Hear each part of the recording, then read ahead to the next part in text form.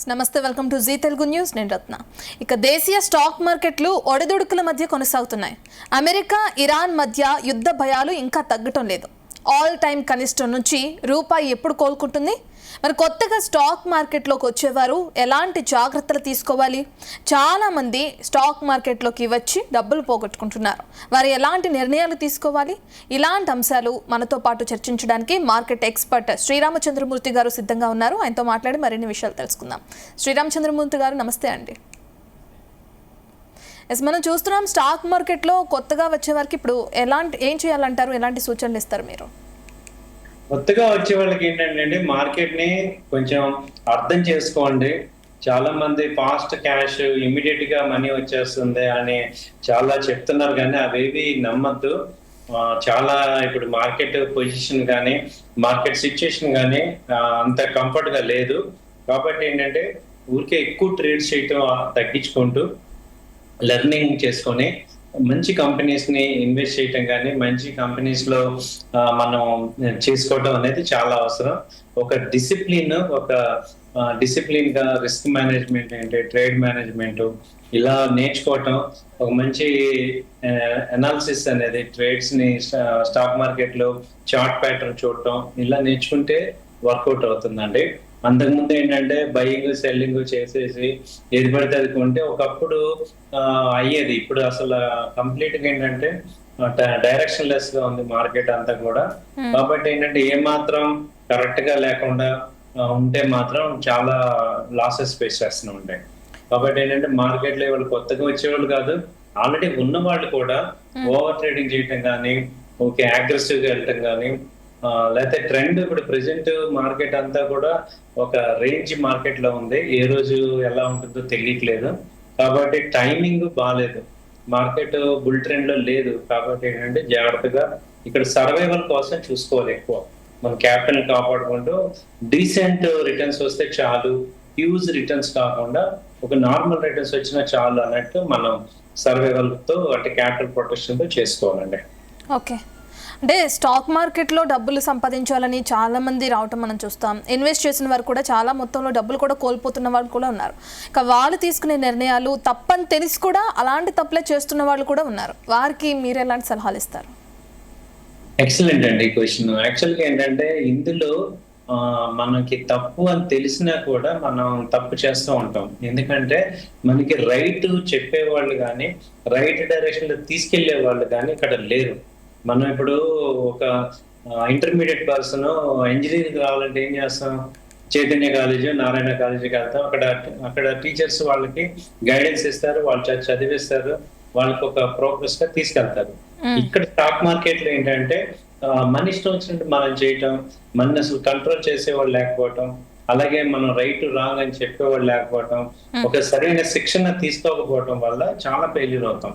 కాబట్టి మనం లాసెస్ వస్తున్నాం అంటే మీనింగ్ ఏంటి? మనకి ప్రాఫిట్ తెచ్చుకోవటం తెలియట్లేదు అని.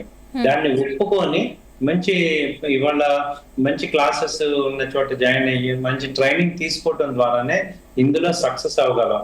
మనంతట మనం సక్సెస్ అవ్వాలి అంటే అది లాంగ్ టర్మ్ ఇన్వెస్ట్మెంట్. ఏదన్నా స్టాక్స్ లో ఇన్వెస్ట్ చేసి లాంగ్ టర్మ్ వదిలేస్తే ఏమన్నా మా వెల్త్ క్రియేట్ అవుతుంది, కానీ ట్రేడింగ్ లో మాత్రం సక్సెస్ అవ్వాలంటే కంపల్సరీ ట్రైనింగ్ తీసుకోవటం వల్లే అవుతుంది.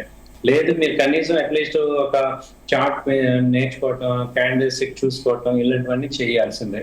ఏదో వాళ్ళ నా ఇన్స్ట్రక్షన్ నేను చేసేసుకుంటాను, నేను సంపాదించేస్తానంటే మాత్రం వాళ్ళు అయ్యే పరిస్థితి కాదనమాట. చాలా హెవీ కాంపిటీషన్ లో ఏంటంటే ఎక్కువ పెనిట్రేషన్ ఉంది మార్కెట్ లో. కాబట్టి ఏమవుతుందంటే అంత పెనిట్రేషన్ ని మనం తట్టుకోవాలంటే మనకు ఆ సబ్జెక్ట్ నాలెడ్జ్ రావాలి. ఫస్ట్ ఎర్న్ చేయటం కాదు, లెర్న్ చేస్తే ఆ తర్వాత ఎర్నింగ్ వస్తుంది. Without learning if you are trying to earn you lose entire money. అదే గ్యాంబ్లింగ్ అంటాం దాన్ని. సో నాలెడ్జ్ ఓరియంటెడ్ గా చేస్తేనేమో ఇన్వెస్ట్మెంట్ అంటాం.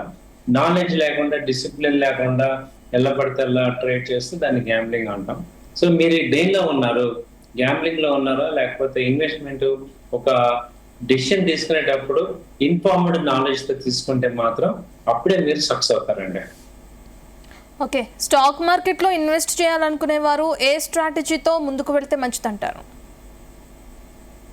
స్టాక్ మార్కెట్ లో ఇన్వెస్ట్ చేసి ప్రాఫిట్ అవ్వాలి అంటే మాత్రం ముందు మనం ఆ కంపెనీ అనాలిసిస్ ని చేసుకోవాలి, దేనిలో ఇన్వెస్ట్ చేస్తున్నాం, అలాగే నేను టైం మార్జిన్ ఎంత, నేను లాంగ్ టర్మా లేకపోతే 1 మంత్ 1 డేనా, సో నేను ఇంట్రాడే చేస్తున్నానా లేకపోతే 5 డేస్కి ఒకసారి ఇన్వెస్ట్ చేస్తున్నానా, లేకపోతే 1 మంత్లీ ఇన్వెస్ట్మెంటా, పొజిషనల్ ట్రేడా, స్వింగ్ ట్రేడా, ఎవరు మీరు లాంగ్ టర్మ్ ఇన్వెస్టర్ అనేది ఫస్ట్ మనం క్లారిఫై ఉండాలి. ఇప్పుడు ఈ ట్రేడ్ ఎంత టైం హోల్డ్ చేస్తున్నాను, అలాగే దీనిలో ఇంకొక పాయింట్ ఏంటంటే మనకి నార్మల్ లైఫ్ లో రాంది ఓన్లీ స్టాక్ మార్కెట్ లో వచ్చేది ఏంటంటే లాస్ అవటం.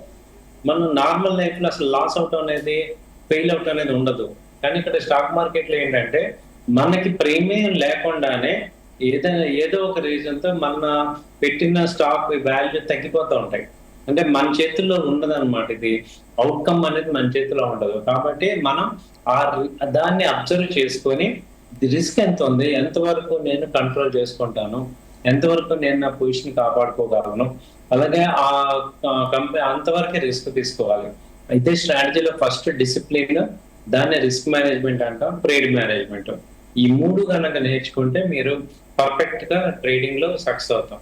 ట్రేడింగ్ అయినా ఇన్వెస్ట్మెంట్ అయినా ఒకటే అనమాట, మూడిట్లో ఒకటే పాయింట్. సో దానిలో అసలు నేను ఎందుకు కొంటున్నాను, ఎంత క్వాంటిటీ కొంటున్నాను, లాస్ వస్తే ఎంత, ప్రాఫిట్ వస్తే ఎంత, ఇలా మనం అనుకుని లాస్ వచ్చినప్పుడు ఎగ్జిక్యూషన్ కరెక్ట్ గా చేసుకుంటే మనం సక్సెస్ అవుతా ఉంటాయి.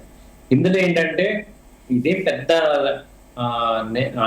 నేర్చుకోలేనంత సబ్జెక్ట్ కాదు, నేర్చుకున్న దాన్ని ఇంప్లిమెంట్ చేయటం, రెగ్యులర్ గా పాటించడం అనేది ఇంపార్టెంట్. మనకి ఇష్టం ఉన్నా ఇష్టం లేకపోయినా స్టాప్ లాస్ మనకి రివర్స్ అవుతున్నప్పుడు లాస్ బుక్ చేయటం, ఇవన్నీ మనం చేస్తుంటేనే సక్సెస్ అవుతా ఉన్నాయి. Okay, thank you Sriram Chandramurthy garu. Thank you అండి, నమస్తే. నమస్తే.